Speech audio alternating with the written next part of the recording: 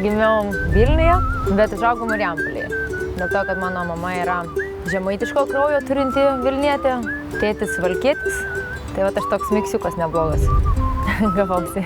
Buvau sunkus vaikas, iš tikrųjų buvau sunkus vaikas. Gal tokia meniška buvo, labai disciplina sunkiai priimdavau. Man nepakanka pasakyti, kad turi daryti taip ir viskas. Išvažiavau gyventi į Vilnių 18 metų. Čia per kokias 5 minutės susiradau darbą atvažiavus. Tėvai, aišku, prieštaravo mano išvažiavimui, tai nedavė nei 1 cento, nes jie norėjo, kad aš studijuočiau Kaune.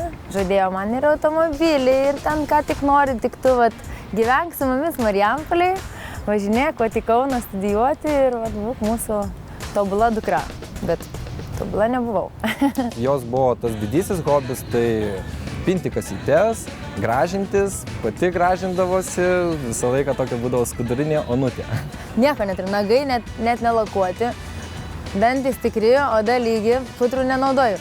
Blakstienos irgi yra tikros, ko visi bijoju. Aš nelabai savo patinku iš tikrųjų, bet aš niekada neparodau savo kompleksą. Aš turiu jų gausybę, bet neleidžiu žmonėms apie tai sužinoti. Gintarė paliko įspūdį tipiškos lietuvaitės, kuri atrodo kaip vėjo vaikas, negalvoja apie savo gyvenimą ir gyvena tik tai savo šią dieną ir dabar. Bet kai daugiau pažinau ją, supratau, kad šviesus plaukai, melsvos akis, tai tik tai labai gera apgaulė. Pas ją gyvena tikras karo dievas.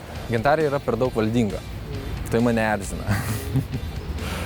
Bet vėlgi, tas valdingumas nėra minusas. Norėjau būti griežta, fatališka moterim.